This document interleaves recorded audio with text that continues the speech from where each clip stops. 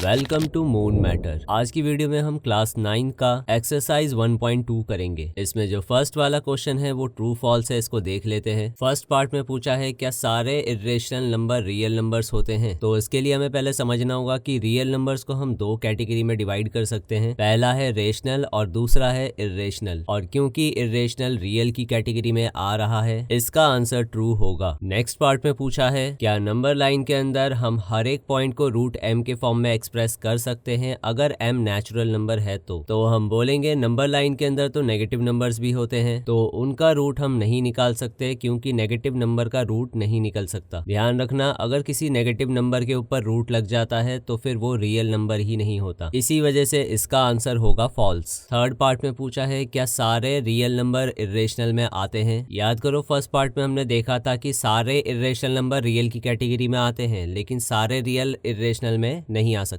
इसी वजह से ये वाला भी फॉल्स होगा। अब आते हैं क्वेश्चन नंबर 2 पे। इसमें ये पूछा है क्या सारे रूट वाले नंबर इर्रेशनल नंबर होते हैं। तो हम आंसर में बोलेंगे नहीं, सारे ऐसे नहीं होते। जैसे कि रूट 4 को अगर हम सॉल्व करें तो इसका आंसर 2 आएगा, और 2 हम जानते हैं कि वो रेशनल होता है। अब आते हैं क्वेश्चन नंबर 3 पर। इसमें हमें रूट 5 को नंबर लाइन में शो करके दिखाना है। तो सबसे पहले तो हम एक लाइन खींचेंगे और उसको कुछ बराबर सेक्शन में बांट देंगे। यहाँ पर 0 से 1 का जो डिस्टेंस है वो तुम कितना भी बड़ा ले सकते हो। बस ये ध्यान रखना, इसी डिस्टेंस को जब तुम 2-3 बार रिपीट करो तो नोटबुक से बाहर नहीं जाना चाहिए। इसके बाद हम एक परपेंडिकुलर लाइन ड्रॉ करेंगे ऊपर जाती हुई 2 वाले मार्क से, और इसका साइज उतना ही रखना है जितना हमने 0 से लेकर 1 तक का डिस्टेंस लिया है। उसके बाद इसके हाईएस्ट पॉइंट को हम 0 से मिला देंगे। फिर इसको A, B और C से मार्क कर देंगे। अभी जो तुमको ये A से C वाला डिस्टेंस दिख रहा है ये रूट 5 का ही होगा, पर क्या गारंटी है कि ये रूट 5 ही है। तो हम इसको पाइथागोरस थ्योरम लगाकर चेक कर सकते हैं। पाइथागोरस थ्योरम में हम ये करते हैं कि जो बेस है और जो परपेंडिकुलर है, जो कि AB और BC है, उनका स्क्वायर करके हम प्लस में बिठा देंगे एक तरफ, और जो सबसे लंबी साइड है तिरछी वाली हाइपोटेन्यूज जो कि AC है, उसको भी स्क्वायर करके इक्वल के अदर साइड पे रख देंगे। अब AB का डिस्टेंस चेक करो, वो 2 यूनिट्स है, तो हम AB के नीचे 2 लगा देंगे। उसी तरह BC का जो डिस्टेंस है वो 1 यूनिट है। फिर इन दोनों को जब हम सॉल्व करेंगे तो 5 आएगा, लेकिन ये जो AC या फिर CA है इसके ऊपर स्क्वायर है, और पिछली क्लास में हमने पढ़ा था जब स्क्वायर को यहाँ से हटाते हैं तो अदर साइड पे क्या लग जाता है, रूट। इसीलिए C से A तक का जो डिस्टेंस है वो रूट 5 होगा। पर अभी भी एक प्रॉब्लम है, ये जो रूट 5 वाला डिस्टेंस है ये अभी हवा में है ऊपर, पर हमें तो नंबर लाइन में शो करना था जो कि नीचे है। इसीलिए हम कंपास लेंगे और कंपास की नोक को 0 पे रखे, और जो पेंसिल वाली नोक है उसको हम C पे रखेंगे। इतनी चौड़ाई नापने के बाद कंपास पे उसको नीचे गिरा देंगे। अब जहां पर ये गिरा होगा उसी पॉइंट को हम बोलेंगे रूट 5। आई होप इस एक्सरसाइज के क्वेश्चंस क्लियर हो गए होंगे। ये नंबर लाइन वाला क्वेश्चन अच्छे से प्रैक्टिस कर लेना। मिलते हैं नेक्स्ट वीडियो में, तब तक के लिए लेवल अप योर लर्निंग।